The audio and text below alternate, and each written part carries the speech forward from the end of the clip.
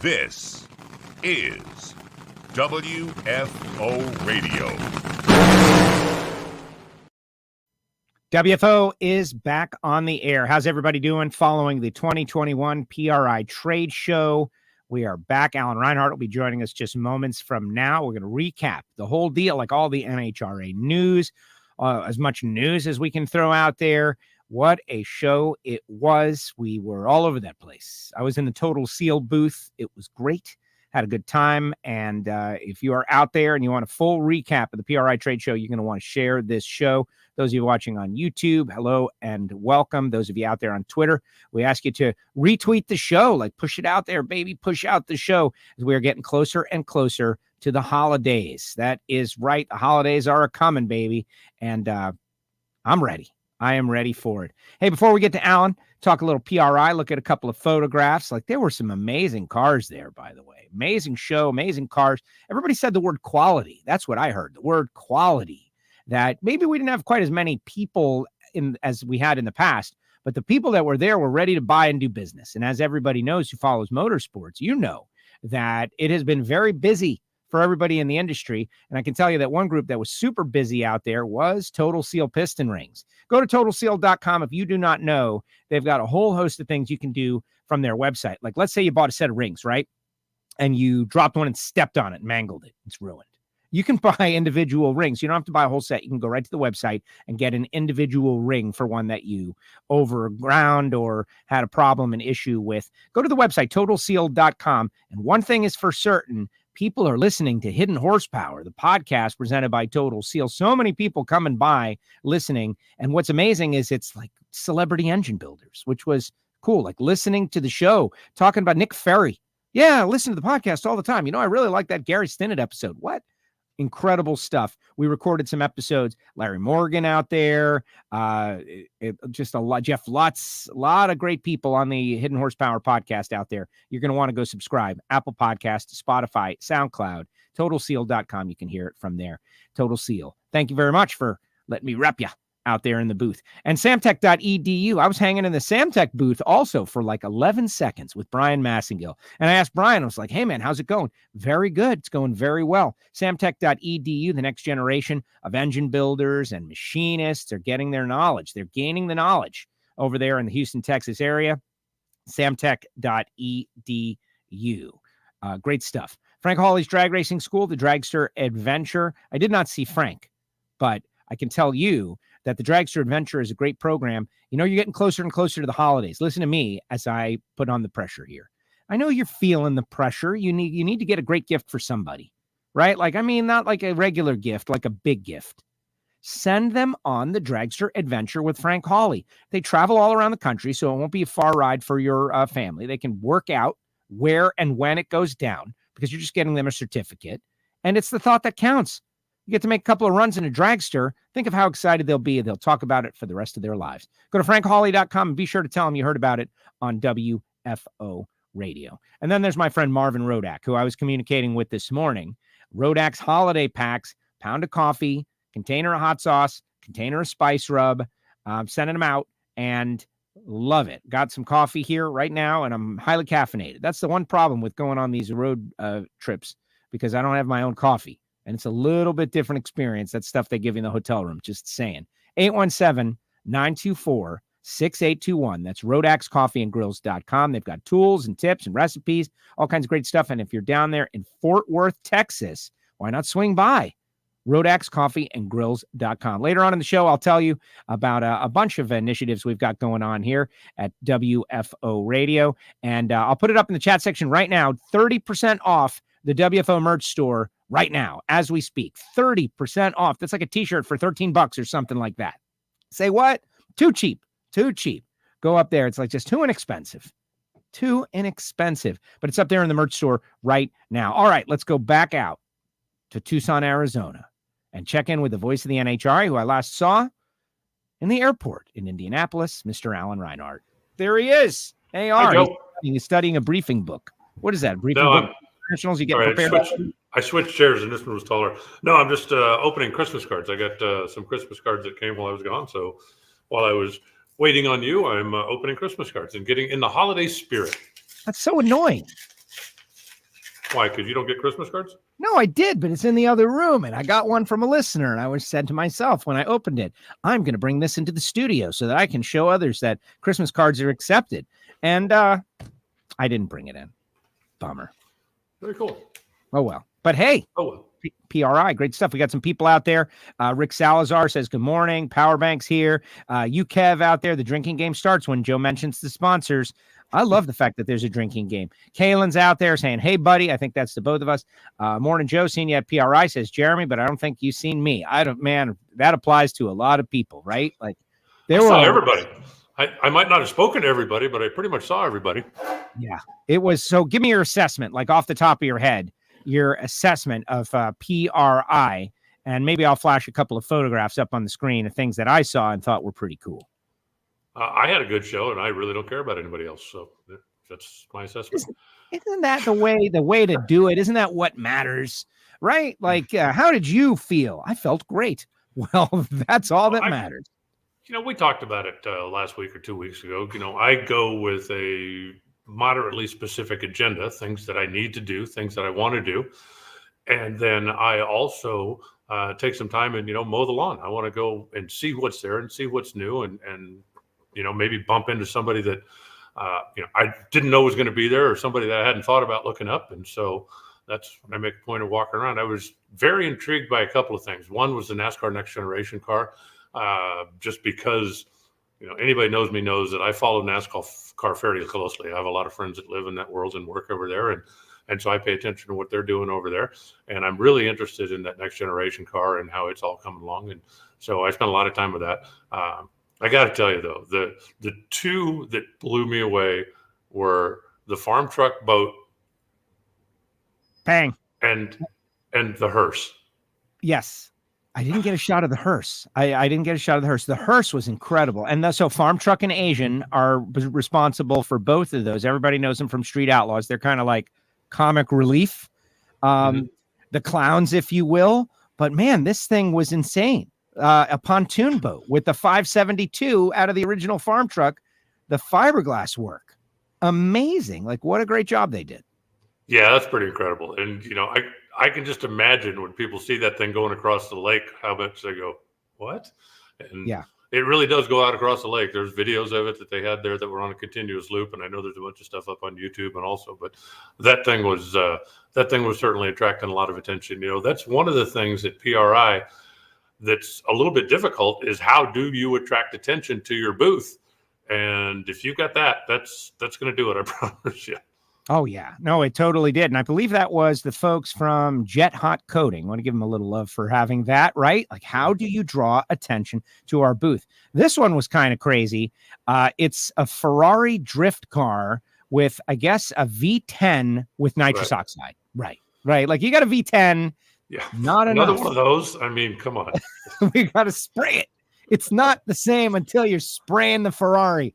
And when you can't do a burnout with a Ferrari V10 without nitrous, you got a real problem. No, that was but that's one of the things about going to the show. There's a lot of really interesting stuff there. A lot of them are basically fresh off the racetrack. Some of them are very obviously show cars, but there's just a lot of stuff to do and a lot of stuff to see. And I almost did the step counter app on my phone just because I was curious about how much I was actually walking around. And I couldn't give you an actual number, but I guarantee you it was miles. I made half a dozen trips over into the Lucas Oil Stadium. There was food vendors over there that I liked better than some of the others. So I went over there for lunch a couple of days. And there were just, there's a lot of step. Oh, I forgot to talk to so-and-so. Yeah, okay. Oh, sure. He's way over on the other end of the hall. Okay, let's go over there. It's at 2:00. It's time to go by the NHRA stage and go. It's all the way on the other side of the place. So, I definitely was putting some wear and tear on the old Skechers, but I had a good show. I had talked to almost everybody I wanted to see. There were a couple of people that weren't there that kind of surprised me a little bit. But I'll just reach out to them this week and get that business taken care of. And I actually got home without buying anything stupid. Usually nobody believes that. You can tell. I really did. Usually, later in this week or first of next week, UPS will show up and I'll be going, what were you thinking? But no, I didn't buy anything stupid, but I did get some business taken care of. And, like I said before, to me, it's very important to see some of these people face to face, people that I email with or text back and forth with that I never see, just to go say, hey, look, thank you for helping me out with this problem, or thank you for taking care of me on this deal. Yeah, that had interesting placement, didn't it? Yeah, it really did. It really did. And, there's already rumblings and rumors about the future. Let's just put it that way. I don't want to surprise anybody. But a lot of the NHRA drag racing contingent. That car was spectacular. We see it at the track, and it won Best Engineered, I guess, St. Louis the first time out. But my goodness, that is a Geron Settles flying airbrush paint job. It glowed. And It was right in the middle of a booth, and everybody was just like, oh, my goodness, what's that? Amazing stuff. Yeah, and I did what I normally do at the show is I spend the first couple of days, kind of carousing the two main halls, and then I saved Machinery Row for the last day, and got over there Saturday morning and took the cruise on Machinery Row, and again touched base with a couple of guys, and I got to stop by and talk to the Lincoln Welding guys who I've done a lot of business with over the years, but I don't see very often. So an opportunity to stop and say, hey, thanks, and what's new and what's going on, and get my calendar, because I have a Lincoln calendar that hangs right next to me. There's the two most important things in my office: my Lincoln calendar, which hangs right next to my desk, the month by month one that I flip over, and then the one that's on the door next to my desk is a Hankster calendar, and it's the entire year, but it's a dry erase. And the last couple of years, dry erase has been one of the best things ever invented for a calendar. Right? When it's like, okay, we're going to, oh, nope, not there this week. We're going to go here this week. And then this one's going to move over here. But really appreciate those guys always taking care of me. I mean, maybe it's just a calendar, but it's kind of tradition for me to have those two hanging on my wall. So I'm glad I got both those handled, and on we go. All right, let's talk some news. Because, there was just so many to see. I do want to ask you about the NASCAR next generation car, but let's knock the NHRA news out there. And if anybody's got any questions, put them up in the comment section. Okay, first of all, basic stuff, right? Like renaming Lucas Oil Raceway, Lucas Oil Indianapolis Raceway Park. They had a booth right next to the NHRA booth. Like, this is one of those no-brainers. And I've been saying stuff like this for years. Like, why confuse... I'll give you an example, right? Like the Winston Cup Series, the Nextel Series, the Sprint Cup Series, the Monster Energy Series. Is like, you're losing all this understanding of what it is. Why don't you call it the NASCAR Cup Series presented by, or the so-and-so NASCAR Cup Series, so you have some branding. Same true for Lucas Oil Raceway. What is that? Where is that? What happened to Indianapolis Raceway Park? The one that everybody knows what it is, where it is. It's right in the name. It's a legendary place. Like, you wouldn't rename Yankee Stadium to Amazon Stadium. It would be Amazon Yankee Stadium. Or you would if Amazon paid you $100 million to do it. I don't think they would ever rename Yankee Stadium, but I get what you're saying. Like, if they made them an offer they couldn't refuse, the proverbial offer you can't refuse. And for those out there who are really playing the drinking game, that's one Godfather reference. You got to take a shot. I completely understand, the title rights sponsor and the naming rights and that kind of stuff. I completely get it. It's business. But for how many people was it always Indianapolis Raceway Park anyway? Over the years, it was O'Reilly for a while. And then, of course, Lucas Oil. I called it Lori, right? Lucas Oil Raceway Indianapolis, LORI. Right. But for so many people, especially the old timers, it was never anything other than IRP, and was never going to be. Till the last day we went to Englishtown at the drag strip. For some, that was going to be the Summer Nationals. It didn't matter what sponsor was on it. It was the Summer Nationals. It was always going to be the Summer Nationals. They could have run it in February, and those people still would have called it the Summer Nationals. So I think, you dilute it a little bit because newcomers maybe don't understand how much history is there. But for the old timers, it was always going to be IRP. And I'm 100% behind it. I like the fact that it's going back to that. I understand why it changed in the first place, and I really don't have a problem with that, but I'm good with it going back. Well, they still have the sponsorship too. It's Lucas Oil Indianapolis Raceway Park. So that is exciting. All right. So last week, right after you left us on the show, Justin Ashley and Antron announced their big news that they would be forming an alliance, a strategic partnership, and they both joined us on the show. So that kind of got the news momentum going. I thought that was kind of cool. But then, Antron, he was kind of holding back a little bit because at PRI, they announced that Antron would have Lucas Oil, speaking of Lucas Oil, as one of his associate, but a big associate sponsor at AB Motorsports, which I think is great news. I immediately got a little worried for Kyle Koretsky. Kyle, I talked to him. He's like, no, man, our deal's solid. So way to go, Lucas Oil, jumping on with Antron, staying on with Kyle, and a big presence back in the Camping World Series for Lucas Oil. Well, Lucas historically has always had presence across multiple categories. There was never like a Lucas funny car, and that meant there wasn't anything else in the pro ranks. They've long had branding across all of them. So I think that's great. I think that, they were looking at a place to get back in. Getting back in with a 3-time champion is not a bad way to go. Antron's going to be a tremendous spokesperson for them, and, being based in Indy, their shops are 2 miles apart, if that. So I think that's a great relationship. I think it's going to be good for both. And I think the Justin Ashley Antron thing also, it's like you're talking about two heavyweights that both just got more punching power. Yep. Because information is key, and being able to learn, being able to share. Obviously, when they go head to head, they're going to go head to head. But when they're out there on the racetrack, having somebody else at an alliance, having somebody you can learn with, you can share information with, and the fact that from a crew standpoint, the vast majority of those guys have all worked together, right? It's not like Brian Karate and Mike Green are going to have to start a relationship. They have spent enough years working out of the same building over there at DSR. So I think, that's going to I think those two are going to click, from the time they first said hello. And I think it's going to make both teams stronger. I think it's a good move for both. I agree. Hey, I want to remind everybody, we'd love you to subscribe on YouTube. I'm going to put the YouTube subscription up in the chat section as I'm trying to transition as many of our audience over to the YouTube channel as is possible. It's up in the chat section. Just click the bell, get a notification, and we're migrating everyone to the YouTube because why not? YouTube everybody's feedback on the YouTube is great. All right, the Ron Capps announcement. My goodness, so well attended. The whole corner of the hall there was all about Capps.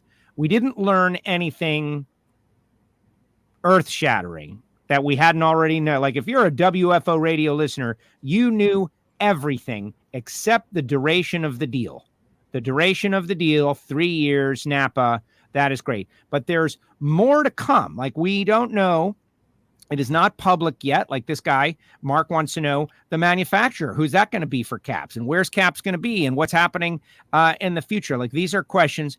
And I spoke with Ron, and there's a bit out there on NHRA social media. Like all questions will be answered. They're playing the rollout game. They're trying to control the drag racing media narrative for the next month or so over the holidays to keep us wanting to know, like, what is Ron going to be driving next year? Who's he going to partner with? Will there be any more sponsors? All of that stuff. But what we do know is that John Medlin, Dean Antonelli, that entire team, the world champions, are back. They're together, and they will be racing at Ron Capps Motorsports because RCR was Richard Childress Racing, already told. Yeah, and I think that, you have to take some of this stuff one step at a time, okay? There's no doubt that Ron was talking to some other team owners about potentially joining another team, bringing his team, his sponsors, his group, and joining another team, or doing it completely on his own, or doing his own deal and having some kind of an alliance or partnership, kind of like what Justin and Antron are doing. There was a lot of that discussion that was all going on. So if Castello Motors wants Ron to drive one of his cars and Reinhart Motors wants to do this, well, if they had decided to join Coletta, all of a sudden, pretty certain they're going to be in a Toyota because of the relationship that those guys have had for so long. Which was another one of the big rumors, that he was going to take his team and they were going to become another funny car out of John Force Racing Camp. Well, then obviously manufacturer is determined because all of John's cars are Chevrolets. Now that they have said, this is what we're doing, we are our own separate entity, that opens the door for you or me or whoever to reach out now to Ron and go, What's it going to take to put you in a Hudson, an Edsel, or whatever? And can we make this happen? And I think, Ron, obviously he's driven Dodge Hellcats for a lot of years because that was the DSR plan. But if you look at where the Mopar major marketing money was going, it was Matt and Leah.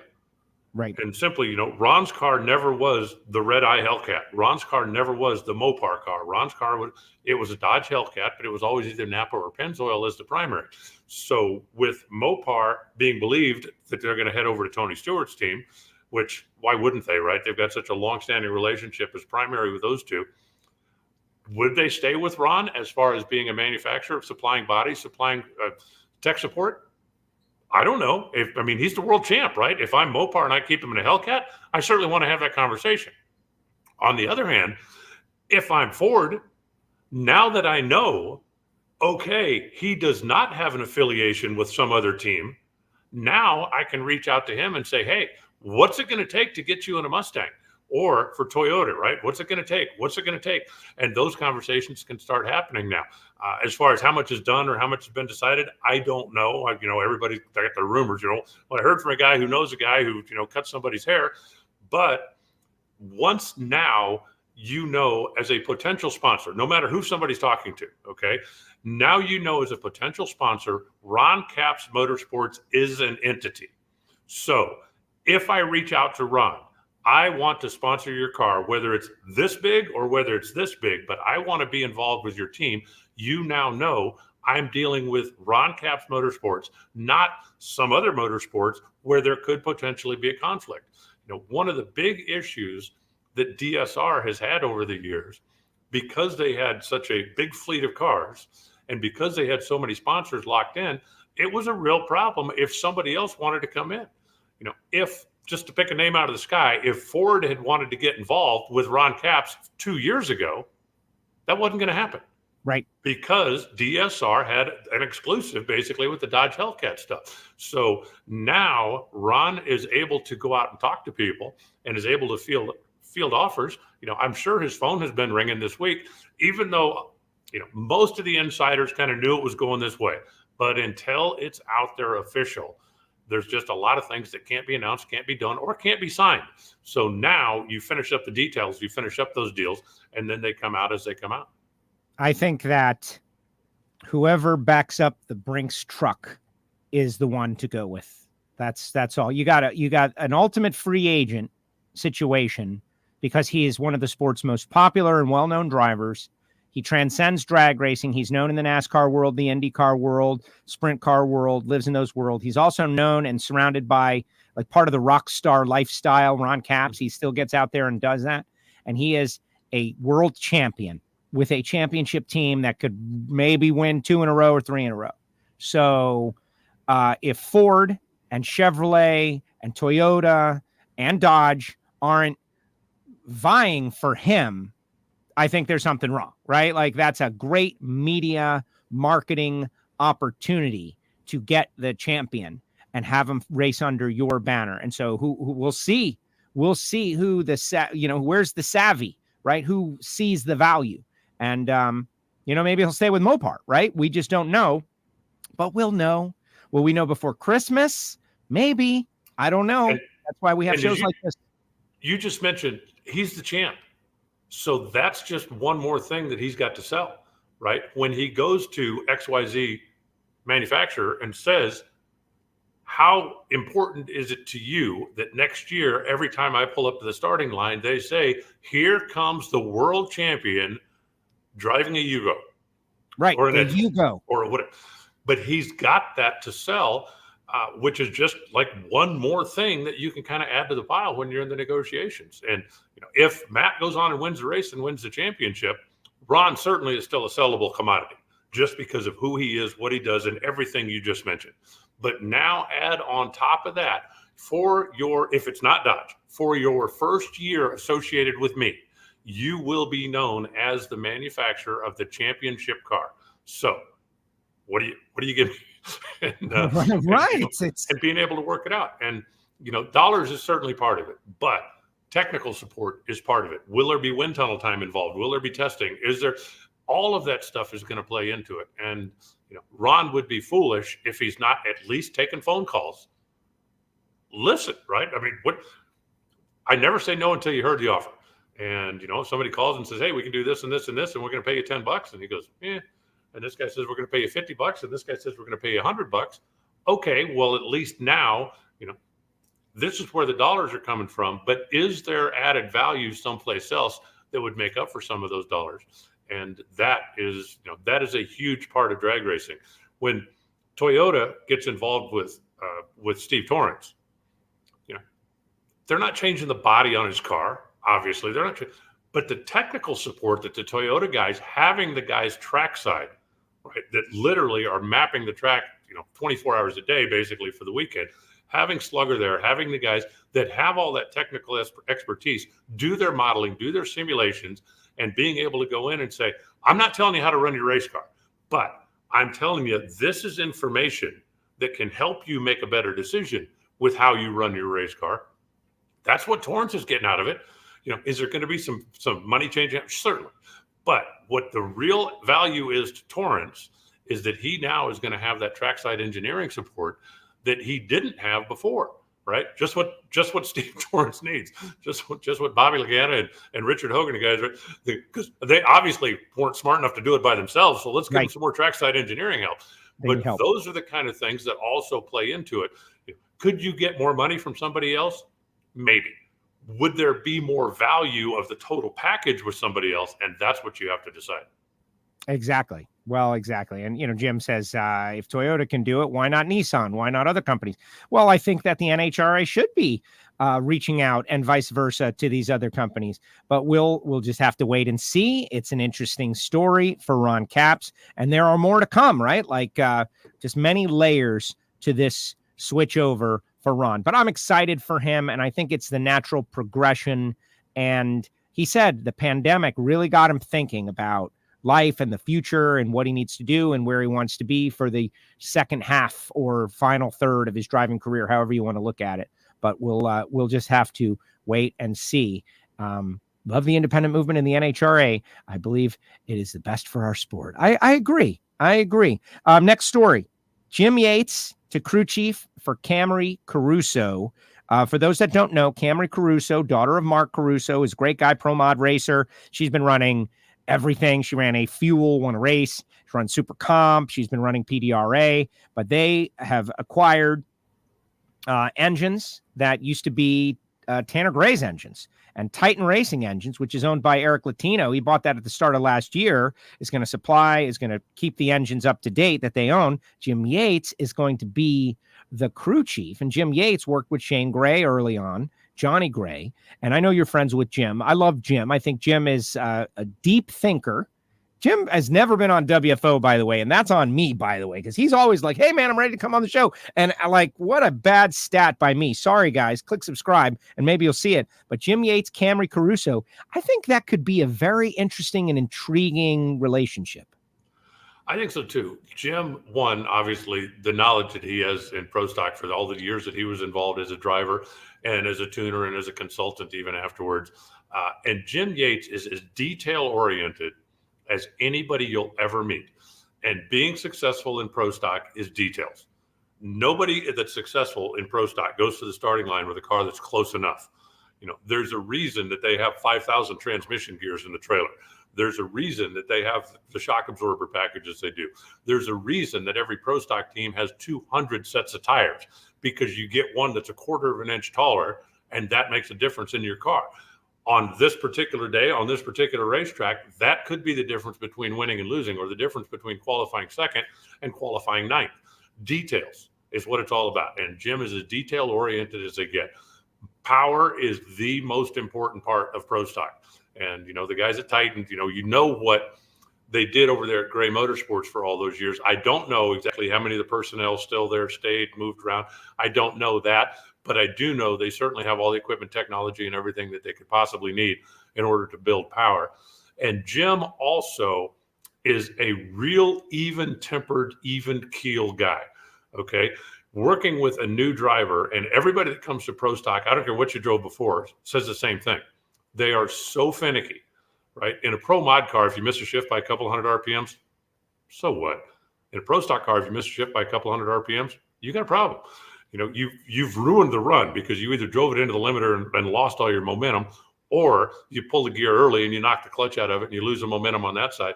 So that you've got to be very detail oriented. That's something Camry's going to need to learn. And Jim Yates is a really good person to teach because he knows and because he's not high strung, right? If Camry goes out and makes a mistake, which she's going to, which everybody who's ever transitioned into pro stock, you cannot have your coach, your crew chief, your team going, oh, well, what are you trying to do? Throw the, you ruined everything. You've got to have somebody to encourage you that, look, this is what happened. This is why it happened. This is how you fix it. This is what you need to do as far as a mindset, as far as this is how you need to get past that. And Jim Yates is going to be very good at that. Excellent. Excellent. Tim's got a random question that I will be happy to answer. Random question. Who's the guy that looks like a rock star, wears leather sometimes, is on the starting line with the Torrances? It's Joey Rocket. Of course. Come on, Tim. You don't know Joey Rocket? Get out of here. Come on, this guy. He doesn't know Joey Rocket, Alan. Come on. Super fan Joey Rocket, who worked with Garlitz, by the way. Like, the thing about Joey Rocket is, yeah, he's in a band and he drinks nitro and he hangs out, he plays guitar, but he was over the road with Garlitz for a couple of years. And so he's not just, he's like turned wrenches for Garlitz, which is crazy fact about Joey Rocket. I wish Camry great luck. I think it's going to be awesome to have two lady racers out there. I've been saying for a long time, like, man, Erica is such a great example. And everybody quotes her as being a reason that they're doing what they're doing, but they don't want any part of pro stock because I think it's just such a great challenge. So good for Camry and Mark and Papa Joe Caruso for what they are doing. And I'm very excited about it. A non-NHRA story, but I think it's kind of in the same vein. Paige Coughlin, Troy's daughter, Paige, Troy Coughlin Jr.'s sister, Paige, who runs in Super Comp and is kind of getting her feet wet in drag racing the past few years. Junior drag racer, of course. It's going no Prep Kings racing. That's like, that was, but I think I understand the move, right? They got a TV show. You can be a big personality. She's got all the tools. Why not try something a little different? But boy, man, those cars are fast. No prep. I think that was the story that kind of caught people by surprise. Like, wasn't expecting that. Yeah, that is, first, a huge step to get into a car like that powerful in a no prep situation. And for Jegs, that's a market that they really don't have much of a footprint in, right? The popularity of those guys, gals, what they do on TV, what they do when they go someplace where I know when they come here to Tucson, they pack the place. They have a tremendous fan following. And so for Jegs, in order to get out there in front of them, why not? And as far as who's going to do this, well, who do we have? Well, we have Jeg, who retired, or we have Troy, who's still looking to win his first pro stock race, and that's going to happen soon, I promise you. Or we have a new face, a young female, outgoing, attractive, young driver that is exactly what that genre is, okay? They're not going to take me, right? Let's take this old, dumb, bald guy and put him in a car and let's go see if he can make the kids get excited. Ain't going to happen. Right. But an attractive, young, well-spoken lady who can get out there and mix it up. And I got to tell you, I don't know Paige well enough to know if she needs to go to trash talking school or not, because that's going to be a big part of it. But I think that might be the only thing she has to work on. If your name's Coughlin, you certainly have the driving gene. You have the drive to win. You have the desire to do all of that. But the Coughlins as a unit, for the most part, are not known for being like, real out there, like us, talking smack and doing. So that might be the only thing that Paige has to learn. And if she gets that part of it down, then look out. Yeah, exactly. Well, Lizzie has done so well. And I was able to spend a little time with Pat and just kind of hear, and, he told me some stuff. And then I watched the episode last night, and it's really interesting to watch that whole thing grow. And Ryan Martin's car was right next to the Total Seal booth, and I was looking at it. And I really think that, the look could be the future of pro stock, and I think is exactly what a factory experimental car is going to look like, except we're going to have small blocks with supercharger and a Liberty, and they've got automatic transmissions, and 3,500 horsepower Proline racing engines, but they're only running 8th mile, et cetera, and so on. But the look of the car, and I was checking it out with some of the elite guys, and we were just we were checking out the scale, and they said we couldn't fit these cars in our trailers. Like, our trailers are not set up to accommodate this car because it's so big. We'd have to make all kinds of adjustments. Not that we couldn't do it, but it was just interesting to hear the things that they immediately thought of. Yeah, this wouldn't fit. Really interesting stuff. But I wish Paige good luck, and just love to see drag racing, right? Drag racing shows. Wow, that's drag racing. Yes. Yeah, that's drag racing. Wow, what's the professional level of drag racing? NHRA drag racing. So great stuff. Well, Speaking of, and the fact that sets them apart from some of the other shows that I'm really not a fan of is they go out and race on a racetrack. Absolutely. Okay? They're going out racing in between the walls in a controlled environment where you're not out there glorifying an illegal event. They are out there racing on a racetrack and doing it at a very high level, and I'm 100% for that. A pseudo illegal event, which was the original, because it's not even real. They're not even really doing that. Like, it's just they're faking early on. Like, I think we've gotten all through that now, and we understand. And the Street Outlaws guys have come to the track, and Big Chief cut that promo years ago, and everything got smoothed out. But in the end, what are we doing here? Right? Like, you got to be in a place, like, if you don't want to have prep, that's fine. I had a big conversation with Jeff Lutz about it. And he said, at the end of one of those events, their starting line is as sticky as our starting line, maybe stickier. It's not about that. It's about the environment where you can bring a family to watch, right? You can bring a family to watch. You can go and buy a hot dog and enjoy this spectacle of racing. And 2, you can position the appropriate safety equipment that might be required in the worst case scenario. And that's why from Jump Street, like the first season of Street Outlaws, where they were pretending that these guys were driving around and racing illegally, it was a turnoff. But they rectified all of that. And now, look, everybody is jumping on board and in support. And this whole No Prep Kings thing, I think is, I don't know if it's universally loved, but it's a part of drag racing. And you got Paige Coffin. I don't know how many places do it, but at Tucson Dragway, my local racetrack here, they hold events that are called Beyond 1320, where they actually race in the shutdown area. So it's not even a matter of, we don't spray the track, we don't drag that. We don't even race on that part of the track. Right. The shutdown is asphalt. If the guys want to simulate what it's like when you're racing on streets, go down beyond the 1320 and come out here and come to one of the events. And I know there's a lot of tracks that are doing that, because that's what some of the customers want. And as you said, you can have the safety equipment there. You can have everything there you needed if something goes wrong, and nobody's going to pull out in front of you. Every time I watch one of those street takeover videos or some deal, and some poor person just, went to get a cheeseburger, pulling out of the parking lot and has no idea some idiot's coming down here at 150 miles an hour. That's just stupid. Take it someplace where you want to show off how fast your car is. Great. I'm all for that. There's a reason that this thing back here has 700 horsepower. Not so I can go out and do burnouts on the street, but so I can take it out to the racetrack and have fun with it. Well, we have to re-educate, though, every once in a while. The things that were conventionally understood in the past are no longer, and we're learning about people and humanity and the whole flat earth movement that, like 20 years ago, if I asked anybody, like if they thought that the earth was actually flat, everyone would be like, no way, that's just like insane. But now there's a whole like group of people out there in the world that are beating their chest, and they really genuinely believe that the earth is genuinely flat, and they do not accept the idea that the earth is a planet, is a sphere floating around out there.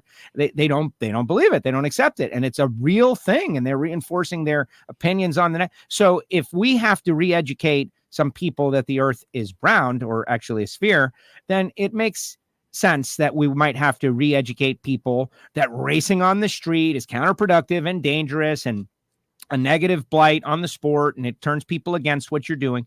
And I think we just went through that, and now we've got them, everybody on the same page. Just race on a track. Prep, that's up to you. Announcer, scoreboards, how you want to do it, that's up to you. Whatever.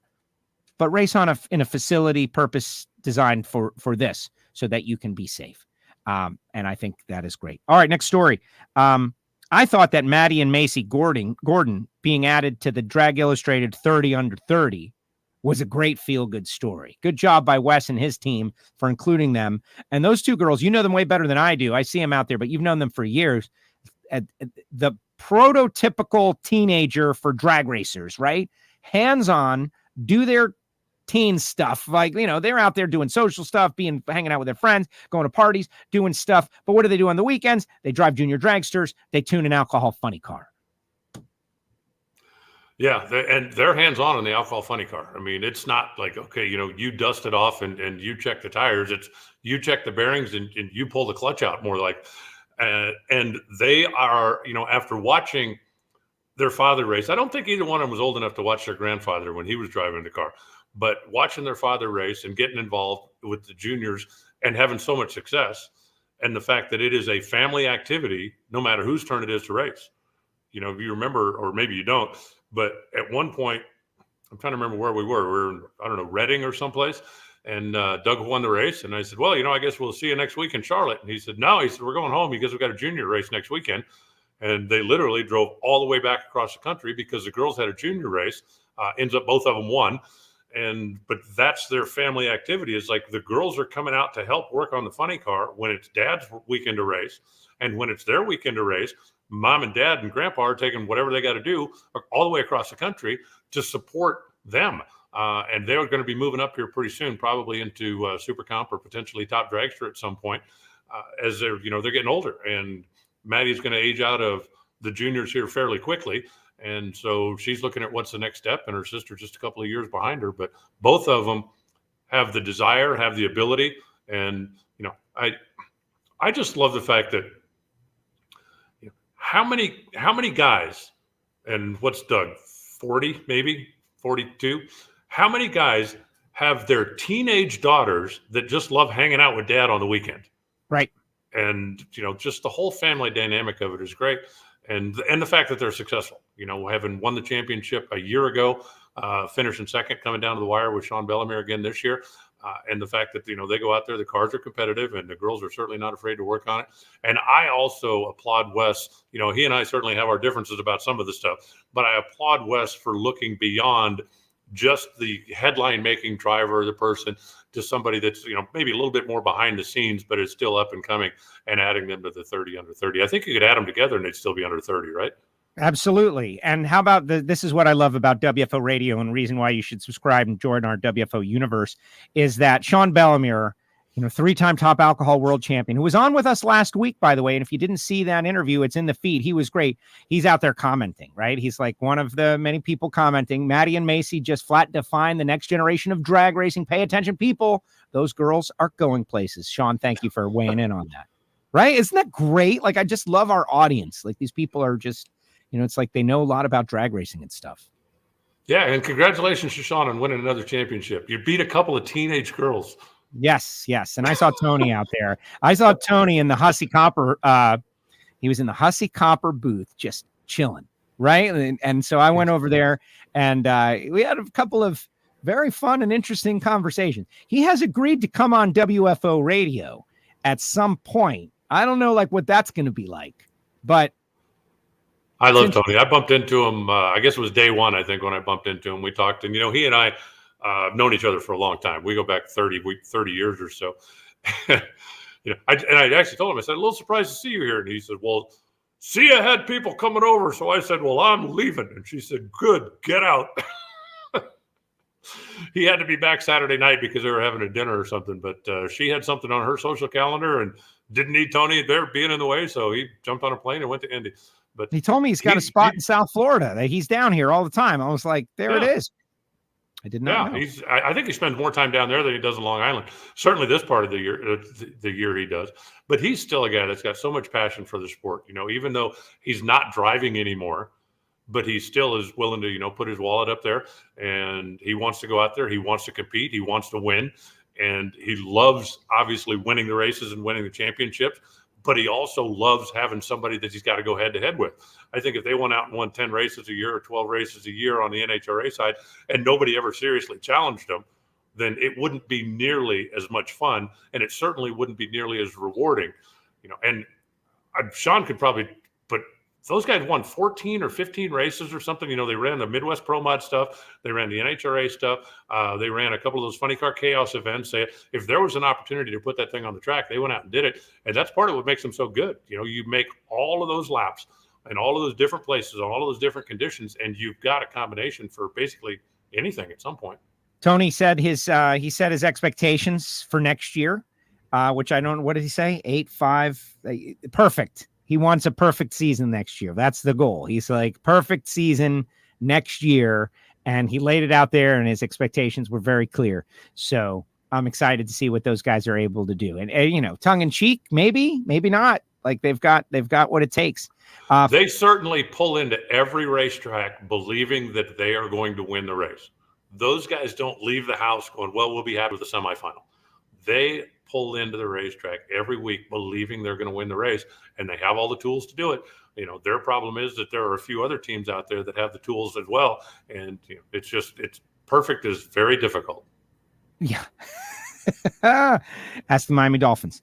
Anyway, and final bit of news that this wasn't really PRI specific, but it came out right after, and I saw this guy in St. Elmo's at the bar for a minute, and he didn't tell me. He mentioned WFO. He wants to come on, but I guess this is why. Roger Brogdon claims he's running a full season in Pro Stock next year with, and I say it because I haven't seen like a big announcement, but that Brogdon is going to be running Pro Stock full-time 2022, which I'm excited about that. And then Competition Plus says that he's going to be building a factory experimental car. And so let's just take a second to talk Brogdon and what he's doing for competition eliminator racers down there in D4, putting up all this money and frankly, guilting other racers who are like waiting for others to pony up some cash. I don't know if you saw his post on Facebook, but it was awesome. Like, hey guys, quit complaining. This is what I'm doing. I expect you to follow my lead. And they did, and they are. And now to run D4 Comp Eliminator, you're running for $100,000 at the end of the season. Runner up is $50K, and it pays on back. And he's going to go Pro Stock full time in 2022. Way to go, Roger. Yeah, and I just love the fact that he's building a showdown car or a factory experimental car as well. But that's Roger, right? I mean, if you look at his Comp Eliminator car, yes, in the first when they mentioned factory experimental, he had to be one of the first guys that you think, okay, he's building one, because he's the kind of guy that does just crazy stuff. And the fact that he's obviously been successful in business down there, loves NHRA and competition eliminator in particular, and he's willing to put his money where his mouth is, and I think that's great. The Comp Eliminator for years, it's gotten exponentially more expensive simply because the technology is there. That it used to be a real class, kind of like modified eliminator, right? It was the hardcore car guys, the engine builders, that was kind of their haven, and there were enough of them out there that could keep the class populated fairly strongly. Well, then it gets to be more and more of people who are buying, leasing, doing that kind of stuff to be competitive, and you're spending a lot of money, and it's difficult, especially when the rules were such that I could have a good combination, right? I'm looking good. I'm, like my chances to win a division championship or to win races. And then some guy in Pennsylvania goes out and crushes my index and costs me 600 or 700. And all of a sudden my car's not as competitive. And over the years, that got more and more difficult to deal with. And a number of the guys that wanted to go fast simply went Top Dragster and Top Sportsman racing when that became available, right? You don't have to worry about index. You don't have to worry about shutting off early. You don't have to worry. You can just go out and go fast and have fun with your cars. And so comp was shrinking even more. But if you are a real hardcore car person, just the fact that comp is maybe the last bastion of NHRA where you can let your imagination run wild, right? You want to build a Subaru? Okay. Yep. Build it 6-cylinder? Do it. If you've got the wherewithal to put something like that together and you want to come out and race it, comp is the place to do it. And Roger putting up the money, I think, is great. Everybody else has jumped on board for simply the reason that now I think guys that were looking at it strictly from a financial point, right? We're spending a lot of money. We're not racing for a lot of money. And comparatively speaking, the expenses keep going up and up and up. Well, now you've got the carrot that's dangled out there. You are racing for a substantial amount of money. And I think guys that were either on the fence or even guys that had gone another direction are coming back now going, okay, if our effort can be rewarded, let's go put forth the effort and see what we can do. Love it. And, if he comes back to Pro Stock 2022, that's great. But, he's obviously a fan of drag racing, right? And he's putting his money where his mouth is. He's been very successful, and he is trying to reignite interest in comp. And I think he's doing a great job, and I am excited about it. We have a couple other questions before we let you go, but I just wanted to speak on something that we all know about, and we've all seen, and we've seen the footage, and just the disaster in Kentucky and Tennessee and Illinois. The tornado that went like 200 miles across the country. And I've had a couple of our WFO radio listeners and Patreons were very nearby, like 20 miles from Mayfield. And I just wanted to say, well, we got a good audience out there. And just like, if you're in that area, if you're WFO friends and family, all of that stuff, like thoughts going out to you. Just a horrific nightmare as someone who lives in hurricane country. And Alan, I know out west, you've got your own version of disasters, but like this is horrific. And what we're seeing, though, is like Americans rallying together. No thought or discussion of differences at all, different teams, different opinions, different politics, none of that. Just what can I do? How can I do it? Where do you need me? What can I do? Bringing gas, bringing fuel, bringing chainsaws, getting out there, getting to work. And that's heartening. But wow, the juxtaposition, right? We're here at PRI. We're laughing it up, talking about fun things that we love, and not that far away, because we got that weather alert. Like there was a weather alert. I guess it was on Friday. We got the weather alert. Steve the trucker says to me, "Hey man, weather alert, tornadoes, got to watch out." I was like, "Oh, okay." And disaster for so many out there. Maybe they don't have to be racers for me to be thinking of what they're going through. Well, you look at the pictures and it's just absolutely unbelievable. The amount of destruction that happened, and did you mention 220 whatever miles it was that the thing was on the ground?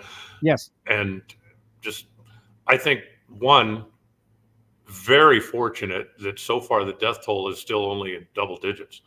The first time when I saw the drone shots online Saturday morning, getting up and seeing some of the drone shots and some of the stuff for Mayfield, my first thought was there's got to be hundreds or thousands of people that got killed. So, I think between sirens going off and various things and people being able to take cover, I think, they had at least a little bit of warning to duck and cover, and the fact that it wasn't any worse as far as the loss of human life.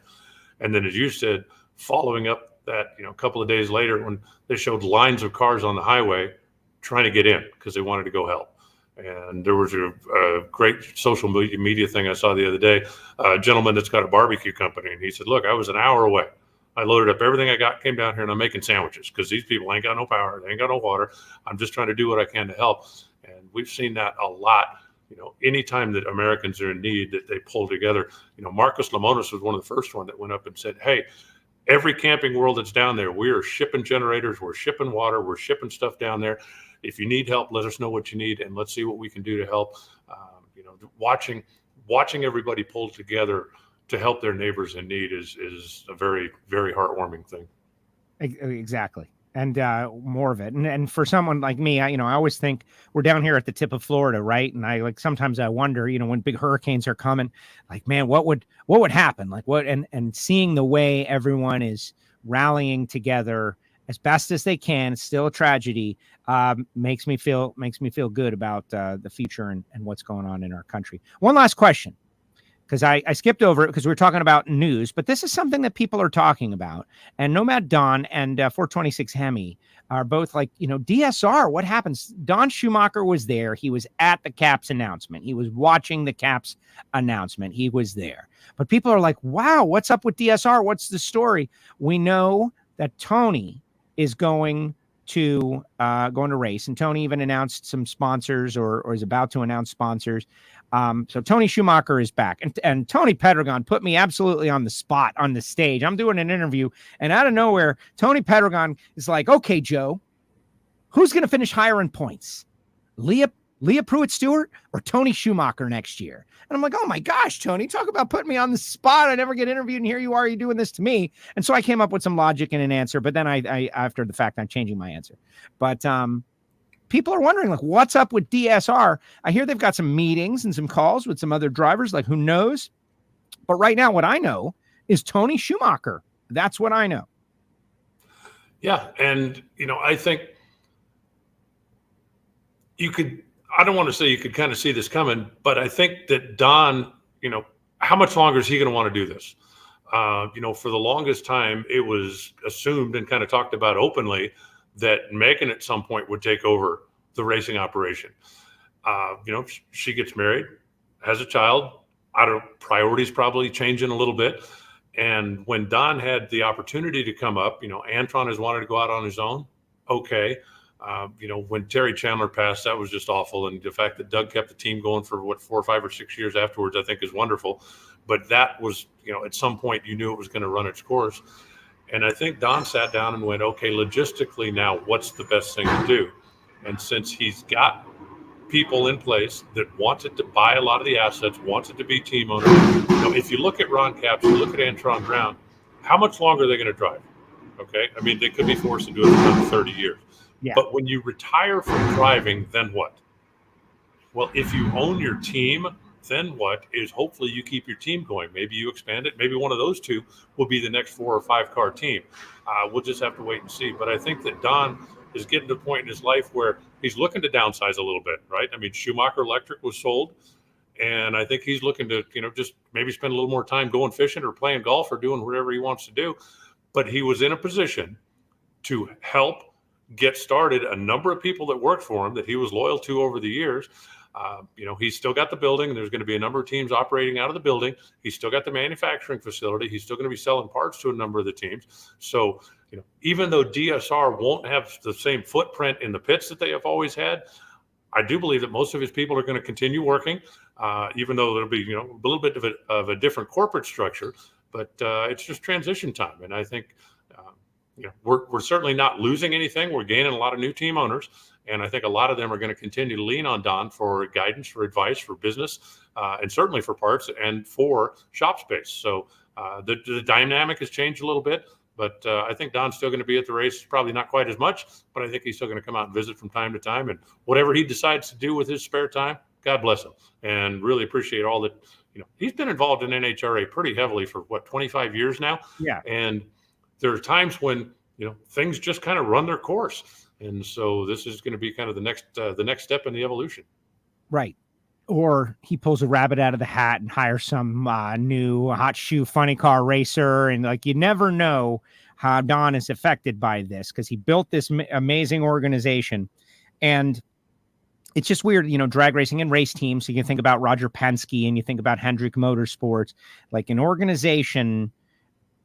Hopefully, and it doesn't have to be, it depends on what your goals are, right? Like you were talking about Billy Meyer's Texas Motorplex business plan last week, right? It was a 25-year business plan, right? So do you want to design an organization to last as long as you last, or do you want to design an organization to last beyond? And I am pretty confident that, like Penske, like the New York Yankees, will live beyond any one owner. And what's Don want to do? And, he's seeing like this downsizing by design, his design. People think like all these guys are going off and just leaving. No, this has been in the works, in the plans for a while. But what will the reaction be? What will he do? Will he decide, no, man, I really like this. We're going to go again. We're going to do more. Who knows? But it is a great restructuring in 2022. Alan, great job as usual. Really appreciate you. Good hanging out with you. We got to get that beer in, right at the very end. PRI had a beer last second.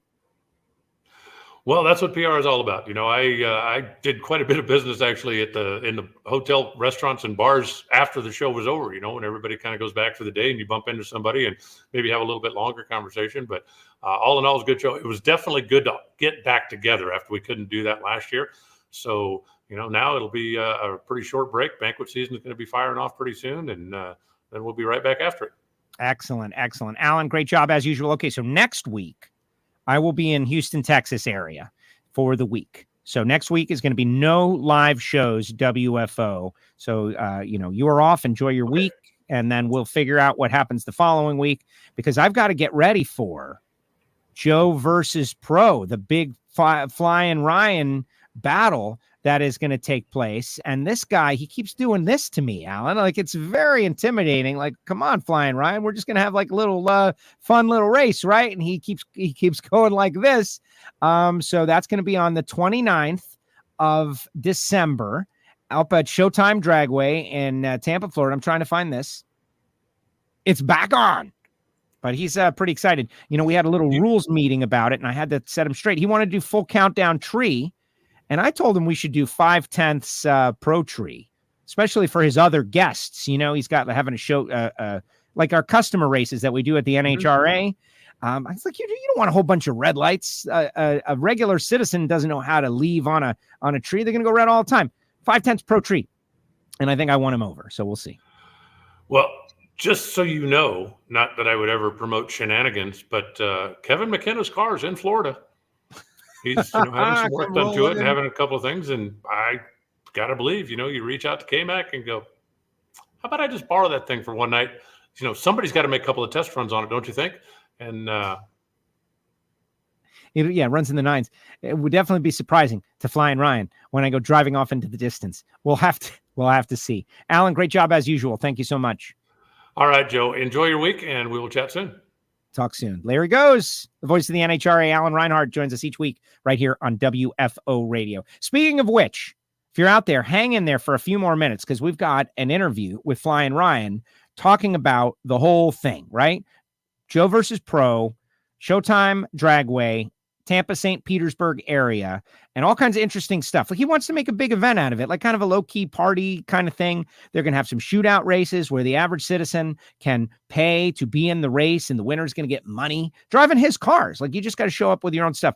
Jason Logan is a recent addition to the celebration. Jason Logan is going to be out there doing some fun things, hyping the crowd, all of that. And then when we come back, or before that, I want to tell you, I did put in the chat section the link to the WFO merch store. When I'm doing this, by the way, I'm like scrolling a bunch of pictures, and people have been getting their WFO merch, and it's been very interesting to see how it all works out. I saw Steve the Trucker with his out at PRI. I have ordered some, and we've got 2 different sized logos. Now we've got a little bit smaller logo as well. This one is very popular. Everybody is loving this. I saw Steve the Trucker in his wide effing open WFO Radio Podcast sweatshirt. They're on sale 30% off right now, 30% off. And the place that I use does these random fire sales every once in a while. So the link is in the chat section. Check it out.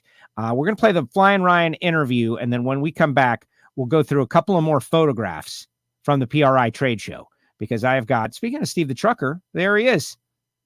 He's got a sweatshirt on right there. Let's see what happened with Flying Ryan Ayler out at the PRI trade show. We're at the PRI trade show. Joe and Pro. Flying Ryan Ayler here. Got the big Tampa Bay Race Rentals. Am I saying that right? You are right. Tampa Bay Race Rentals grand opening coming up on the 29th of December. And Joe and myself are going to duke it out.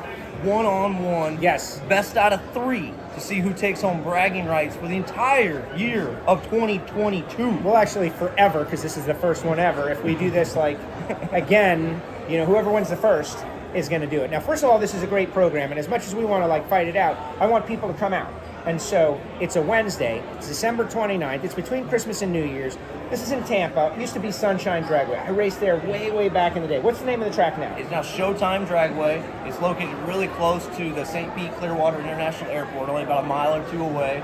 We're going to get the gates open at about 3 o'clock. We are having a band. We're having the Nitro Blender. So we're going to have 8,000 horsepower margaritas on hand. That's Nitro right. Blender. We're going to have a shootout, which some people are confused about the shootout. Tell us about it. We're going to have 2 32-car competitor shootouts. You'll be using our cars.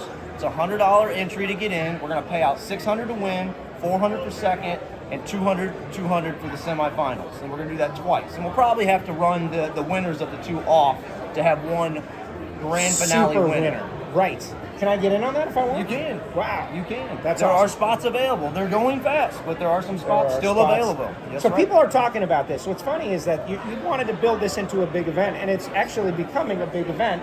If you're anywhere in Florida, you want to come to this, all right? Swing over. It's a Wednesday between Christmas and New Year's. You don't have to work. I'm telling you, blow it off. And come watch us battle, because I intend to try to win. Joe versus Pro. I love the concept. You are a professional drag racer. Have you even entertained the thought of what your peers will say to you if you happen to lose to me? I mean, I got some big shoes. I can handle it. I've lost to some people at other things that were very embarrassing that we won't talk about, you know. But I don't intend to lose. I've got the upper hand here. I've got practice. I know, the cars. You know the track. Yeah. Right. You're like the odds-on favorite. That's right. And you're a professional drag And racer. ever since we ended Pomona, I've just been at home hitting the practice tree. Bang. Hitting the practice tree. Bang. You know. All right. So give me some tips. All right. So the cars are brand new Mustang 2022s or 2020s. I apologize. Yeah. We have drag radials on the cars provided by Mickey Thompson. And Way to go, Mickey's. the cars are automatics. Everyone thinks, are they sticks? No, they're not sticks. One, they'd be broken the first day. Immediately. And Not by two, me, but they'd be broken. you know, it would just be a disadvantage because probably 90% of people haven't driven sticks. They're first-time racers. So we have basically a little bit of we'll take people through a walkthrough on what we're going to do. But since we have so many people now running, you better come in prepared because I don't think we're going to have time to do a practice lap for everybody. Wow. We had intended to do a practice lap, but with the two different shootouts going together and then we're going to have grudge match races, so if Mike Mullaney decided For instance, who's running the camera, by the way. And- Thank you, Mike. wanted to call me out, we're going to have grudge match races going on at the same time. It's also test and tune, so you can bring your own car, enjoy the fun, be a part of the test and tune, run your car, and watch the band, watch the shootout, and just be there for the excitement. So Yeah, there's going to be a band. There's going to be entertainment. They're going to make this a thing. This is going to be a thing. I'm flying in, by the way, for this. Yes. I could drive, but I need 2 segments to get the Platinum Pro. Bang. Miami to Tampa and back. I'm going to give everybody one tip. Now, tomorrow here at PRI Show, we're going to do a segment to just kind of introduce the grand opening again through Facebook Live. But this is where it comes down to winning or losing. The tree. It's all on the tree. Yeah. And we are going to run a sportsman-style tree. Oh, here we go. Rules. Yep. Sportsman tree, huh? 500 sportsman tree. Don't you think that gives you a little bit of an unfair advantage since you've timed it out and you've run the cars so many times? I really haven't ran them that much, to be honest with you. I'm a little busy racing NHRA Pro Tree. They are kind of your you know? cars at your track, and you kind of have stared at that countdown tree a lot. Well, Maybe don't it you should think be that a Pro Tree would be more advantage for the No, Pro? I do not. You know? No, I do not. I think that the sportsman tree, because you've worked out exactly when to launch to have a great reaction time, whereas all of us, like me, like when do I go? Is it, second yellow going out, third yellow coming on? I think maybe 5/10 Pro Tree. We is could a do better, this. That's what I think. It's not in writing or in stone. I submit this for consideration. Well, we had intended to do the sportsman style tree, and I was going to explain that. But More now, red lights, all kinds of red lights. Everybody, they're neophyte, they don't have their red lights. Whereas with the 5/10 Pro Tree, you're going to have bad lights, but you're going to have less red lights. this is very true. This is just my experience working with the NHRA and our customer races. I like it. Yeah. I like it. Just consider it. Just consider. We'll see what Mulaney what thinks about after. Joe versus the Pro? Do you think we should do one sportsman tree, one Pro tree, Oh one, yeah, one definitely. flag drop? We can definitely do that. You know? we can mix it up with our thing, which is really like I intend to beat this guy, but it's for promotion and fun. It's Yeah. to make it fun. I'll do whatever you want to do, right? You want to do one of each, and flag drop, whatever. We're gonna have a good time. Swap cars, like whatever. But for your shootouts, I definitely think you should, consider that. All Because right. the countdown tree, people get confused. They don't know how to do it. I agree. At this Most people- point, light goes yellow, hit the gas. And you don't Simple as have, that. there's no timing at that point of it. That's a good point. It's way easier to explain. Right. It's way easier to explain. It's your thoughts anyway. But by the way, you're going down. I like it. You're going down. All right, we're at the PRI trade show. It's 2021. Everyone is back. We're back together. We got Flying Ryan out here. Real quick though, what about next year? You back out full season? Oh yeah, full season next year. We're finish the season in 10th. We're gonna knock the 0 off next year and finish number 1. You, I like that. That's good. That's confidence. You had it, and you like it's hard. This is hard. You were. Everybody's confused about our performance. The simple thing is we were fast. We were blowing up engines. We blew up 4 engines in 3 races to begin the season. We had a runner-up, a win, and we made it to the quarterfinals under a blow-up. And we had to make a change to get some reliability. And we did that, and we got reliability. And we know exactly what's playing it, and it's in that exact change. I mean, you make a crankshaft change, and you lose 2/10. I mean, it's in that crankshaft design. So we know what we got to do. And Mike Mulaney's building us a new chassis for next year as well. So we're going to have some brand new technology that hasn't been introduced into the V-twin class. Is he any good? I'd say he's really good. Okay. He's got Chris Bostic out there with the Hunt Brothers pizza bike that showed that Chris Bostic, even though he hasn't been out here that long, is putting up some impressive numbers. He's also responsible for most of the Vance and Hines bikes that are out there. So I went to Mike because I was looking for someone that had a new look on the sport, someone that was going to look at a design outside the box and not be a cookie cutter copy of what we currently have, because we have what we have. Right. And we want to do something different, and we want to be better. And technology is leaning that way to make a decision to go with somebody younger that's got some open eyes. Man, I love that. I love that. Well, that's how you get ahead, right? You try something different. And maybe it doesn't work exactly this time, but you keep trying. Can't wait. Pro versus Joe, Joe versus Pro, December 29th. This guy's cutting my head off. How about, I just lose. It's so intimidating over there. Flying Ryan. All right, be there. Be there, December 29th. That's right. There you go. Flying Ryan Ayler. How about that? This guy wants to cut my head off, but we're going to do. You like how I manipulated him into the 5/10 Pro tree, right? Just like, hey, man, these are not the droids you're looking for. All right, a couple of comments. Put your comments in the comment sections, everybody. I want to tell you about a couple of things that we've got going on. Like, for instance, Derek says, does Alan have a currency named after him? I didn't mention that to Alan, but it was kind of a great honor that Joe Morrison, Nitro Joe Morrison, and Krista Baldwin got together. And I think it was Nitro Joe. Where is it? Did I delete the photograph? Oh, no. What a big mistake that would have been. For those that are excited about the Flying Ryan thing, we're all excited, too, about what's going to happen and how it's all going to go down. Yeah, I guess I deleted the currency. That's too bad. But they created 1,000 Joe bucks, right? Like $1,000 of Joe money that will be passed back and forth between Krista and Nitro Joe. Every time they race, it's going to go back and forth, which is great stuff. Let me tell you about the people who make it possible. Like, for instance, the Patreons. We just had a new Patreon named Dave join. Thank you, Dave.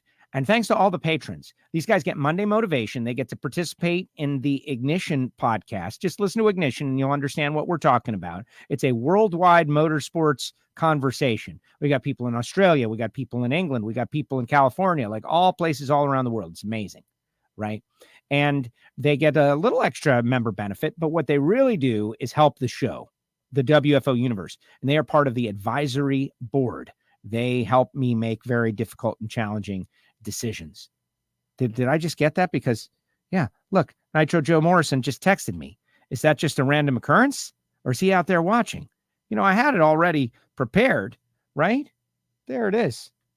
That's me. Thank you, Nitro Joe. I had it up on the screen. I just accidentally deleted it when I was uploading all these PRI stuff, which we're going to go through the photographs momentarily. Frank Hawley's Drag Racing School. Thank you very much, Frank and Lana Hawley. It's a great gift. Send someone in your family to drive a dragster. If you already know how to drive a dragster, this is a great day experience. This courses start at $399. samtech.edu. Of course, Brian Massengill, the Massengill family. If you've got a young person in your family, they love racing and they're thinking about going into that career, this is a great way to get started. samtech.edu. Total Seal piston rings, the leader in ring seal technology. Big appreciation to Total Seal. They had me in their booth, and let's spend a moment or two talking a little bit about what went on in the Total Seal booth. First of all, we had just a whole host of people. That is Jack Cornett Racing Engines from Kentucky, by the way. Keith Jones, Lake Speed, just hustling the whole time. Jeff Lutz talked a little No Prep Kings and talked about his new chassis, which I will show you in a second. Larry Morgan was one of our guests, talked about the Danny Jessel Equal 8 engine and how perfect it felt. He drove it at the U.S. Nationals this year, and Larry was awesome. And then, Gary Stennett was the star of the show. Got to enjoy a meal with Gary, and just such a deep thinker. And that episode is available for you to listen to right now. You can go check it out. And big appreciation to Total Seal for inviting me into their booth. And we did some hidden horsepowers and we did some episodes, and it was great. Finally, Marvin Rodak, rodakscoffeeandgrills.com, the coffee that I drink every day. Hot sauces and spice rubs. Like, don't sleep on the hot sauces, guys. I know you like your hot sauce, whatever it is. I submit you need to try one of Marvin's 4 hot sauces. There's the habanero endorphin booster, my favorite. There's smokin' hickory heat and 2 others. Try them. They are great. Marvin Rodax, coffeeandgrills.com. If you'd like some free WFO radio stickers, send a self-addressed stamped envelope to the address on your screen. Castello Media /WFO stickers, P.O. Box 848-353, Pembroke Pines, Florida 33084. When I went over to get to see if there was any mail in there, I actually got a Christmas card. I was super excited, and I shipped out some WFO radio side logo hats that are available in the WFO store. Almost gone, though. Almost gone. Check out the WFO radio store on the website. And we've got a bunch of stuff like selected by the WFO Universe gifts in the Amazon store, like the Warren Johnson book, like the Don the Snake book, like various other books, like Bob Wilbur's Bats, Balls, and Burnouts. They're all up in our WFO radio store. The amazing Breville Smart Oven Air Fryer and products that I think are great end up in the WFO radio store. Check it out. Like if you're at a loss for gifts, check out the WFO radio store. Maybe there's something in there that you can just put in your Amazon cart and, we'll make 10 cents out of it. It'll be great. Flying Ryan. Let's see what, let's go through the final photographs from PRI and then we'll get your comments. Craig Sullivan, El Maramara. This car, the big boss. This car is insane. I've got an amazing video of it. You have to see it. It was right across from this H1 Hummer. 1,500 horsepower diesel for dunes, like blasting over the dunes. Amazing stuff. This is Steve the Trucker wearing his WFO sweatshirt that was on sale and is on sale for $30 or maybe less right now, 30% off. This is the Lutz chassis, his brand new 57 Chevy. I got in there and just started looking at some of that craftsmanship and workmanship, and I was blown away. Now, I know Lutz is a very talented guy, and I'm around Jerry Haaswork all the time and Jerry Bicklework and Rick Jones. And so when you reach the top level of chassis builders, but I just found this to be really nice looking, which is why it ended up in the booth at PRI. This is a mail truck, which I just thought was really interesting for hauling the mail. Get it. Erica's car was right across from Hartford's booth. It was Melling, and it was Total Seal. And you see Erica's car there, and they had a great rivalry over the course of the year. And I just thought, like, man, kind of cool. Saw Erica there. It's great. Nostalgia Pro Stockers. You got the Reed Wisnett machine, and you got a former Kurt Johnson car of Kevin Lawrence. Bobby Lagana Sr.'s car. This was out at New England Dragway, and it made its way to PRI. The thing is incredible and also scary. Like incredible, like, wow, what a piece, the actual car, but also scary. Like, man, he drove this, and he did. For me, the star of the show was Lewis Hamilton's car, because I could get that close to a Formula One car and like crawl all over it and look at all the details and the winglets and the barge boards and just find a part of the car that I thought would have no high performance speed stuff on it. And it did. Now, what happened in Formula One? If you want to hear more about that, you can go to the Ignition podcast. It's audio only, guys, but we debate it. Very exciting coming down to the final lap of the final race, but kind of ugly because race control decided the champion. Those of you who care about Formula One, and a lot of people in drag racing do. I would submit that Formula One might be right behind drag racing for the NHRA fan because of the extreme nature of it, especially in cost.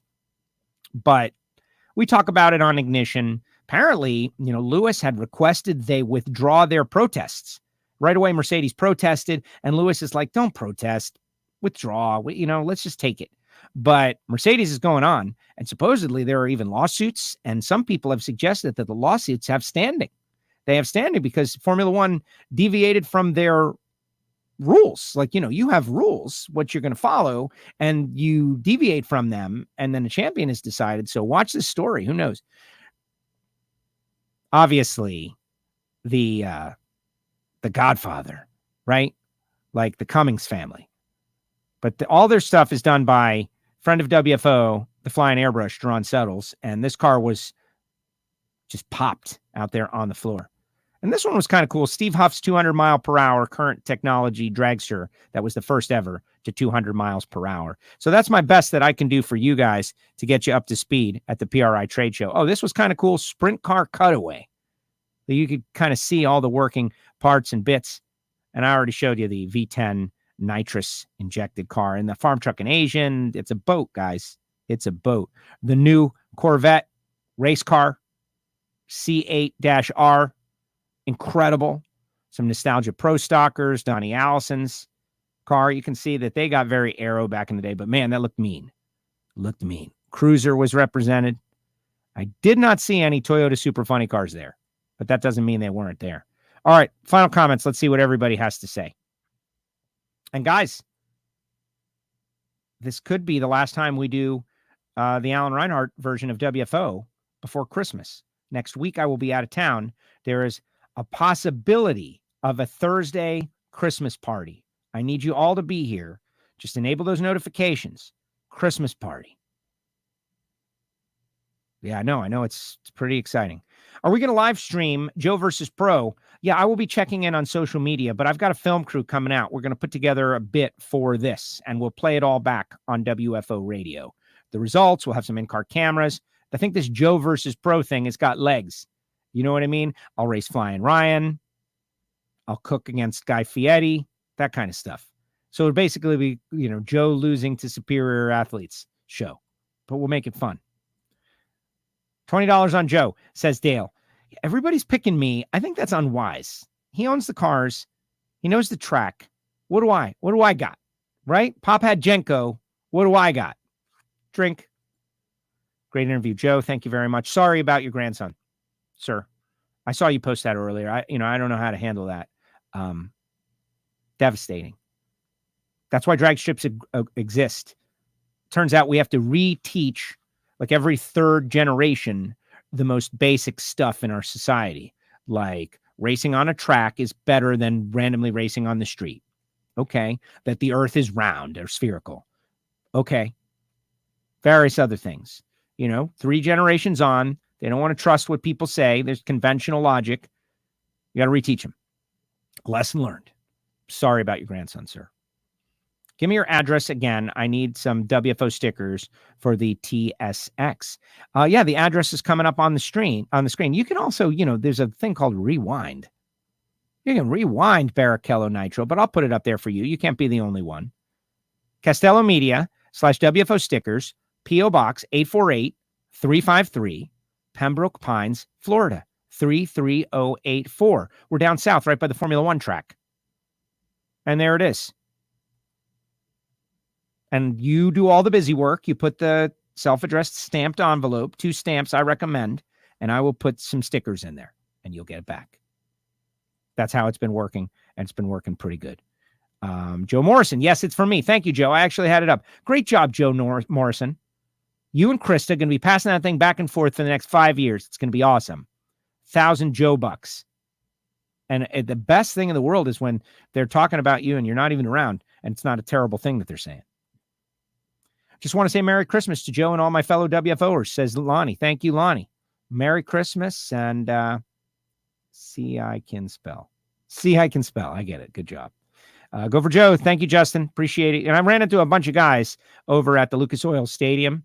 We had a good time. Jeremy Mason, world champion, Jeff or John Boehner, Mike Boehner. Damn it. Whatever. Sorry.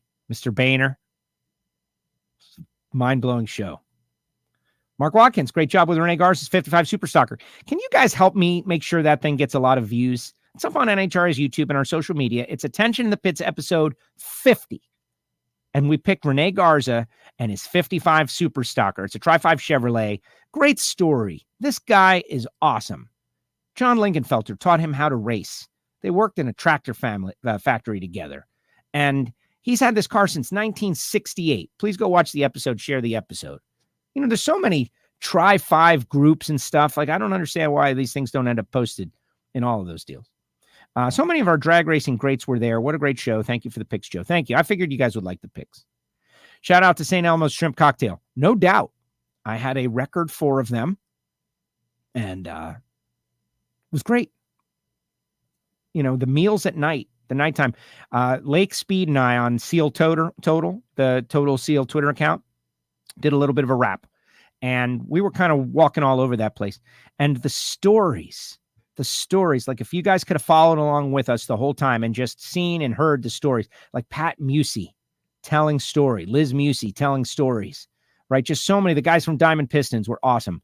It was, Ron Shaver from Shaver Racing Engines, like the stories going back and forth of who they worked for and with, and Gary Stinnett telling jokes that are totally inappropriate for me to say. All good stuff, though. Funny. Watch Sullivan race the Shadow at WSN. Great ignition this week. Thank you, Scott. How about Bobby Laganis? No, it was scary and frightening. Don't start about F1, the Australian robbed team, Lewis Hamilton. Yeah, and that's what Matt was saying on Ignition, that you guys, not only did you lose the big cricket match, game 1, but you lost Formula One. People are not happy. And I can understand why. If you're a Formula One fan, I totally get it. Like, it just felt a little dirty. But Lewis Hamilton took it like a champ. Just wiped off, went out there, congratulated Max Verstappen, and moved on. Even though a lot of people feel like he's got a very legitimate gripe. Very legitimate. What's up, guys? 14 races last year. Can't wait until Pomona 2022, says the Construction Dudes Contractors. Oh, I wonder who that is exactly. I like what's going on. Just ordered a side logo hat. Oh, wall supplies last, by the way. Side logo hats. I'm running out. And I throw in a couple of stickers with that. Why don't you guys go buy them up? Okay. WFO store. They look great. I got mine by accident on the front and the center. Side logo, much better. Thanks, Joe. I'll be sending you something in the mail. See, you said you were going to ask for stickers, and now you're sending me something. You're sending me the self-addressed stamped envelope. I get it. Thanks, Joe. Got it. Great show today. We're almost done, guys. Merry Christmas to you and everyone at WFO. It's an honor to be a part of your group. Let's not overstate it there, Scott. Let's not overstate it. I'm a guy who does a live stream about drag racing, and I appreciate everybody, but we got to grow this thing. And it's supposed to feel like a community. And everybody shouting out WFO to each other. And there were WFO listeners like hanging out at PRI together. And it does have kind of that feel. So you're right. I take it back. I actually asked for the address before you shouted it out. Oh, how funny. I think I shouted it out because you asked for it. WFO to you, Joe. What's up? James, what's up, brother? Sarah Edwards. I ran into Sarah out there, and it was like, here's this like young, attractive female. Like, she can't possibly know about WFO. What's that all about? And she's like, no, she listens to WFO radio on a regular basis. We met by the farm truck. And I was like, our demographic is getting younger by the second. This is great. And she's driven jet dragsters and she's going racing, and it's great. It was thank you, Sarah, for saying hi. Gave me hope for WFO. And Monica, bummed I missed Ignition last night. Guess I'll give it a listen a little bit. Yeah, you should, Monica. You should. It was very fun and intense at times. And an appearance by the Gray. All right, guys, that's it. Tomorrow off. Tomorrow is segments day. Tomorrow is the day where I go get 4 segments. I know you're wondering what that is. I have to achieve my status, guys. It's a very big deal in the travel world. I didn't believe this stuff when I was a non-traveler, but now that I'm a traveler, I understand it. And I am literally going to come up too short if I do not do what I'm about to do tomorrow, which is a very Cannonball Run style thing. We should appreciate it, because what do we do best? Show off, except no one will see it. No, I'm going to be very active on the social media tomorrow. You can follow me at WFO Joe. But I'm going from Fort Lauderdale to Charlotte to Philly to get lunch at Chickie and Pete's. They got great fries, garlic fries, Chickie and Pete's. I'm going to break the keto to eat fries at Chickie and Pete's. And then I'm coming back. 4 segments. It's the dumbest thing in the world. But, we're incentivized to do these things. There is no way, as a drag racer, I can come 2 segments short of status for all of 2022, a full season where I'll be traveling around. No way.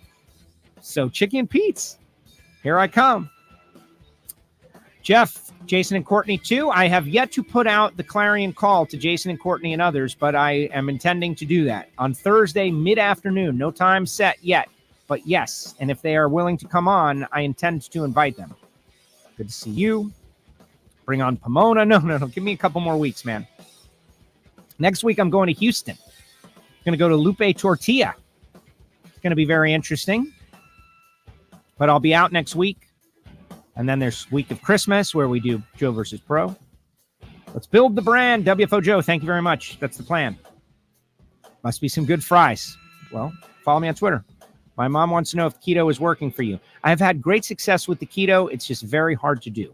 It's hard to do because I love them carbs, man. Love them carbs. All right, guys. We'll see you on Thursday. WFO.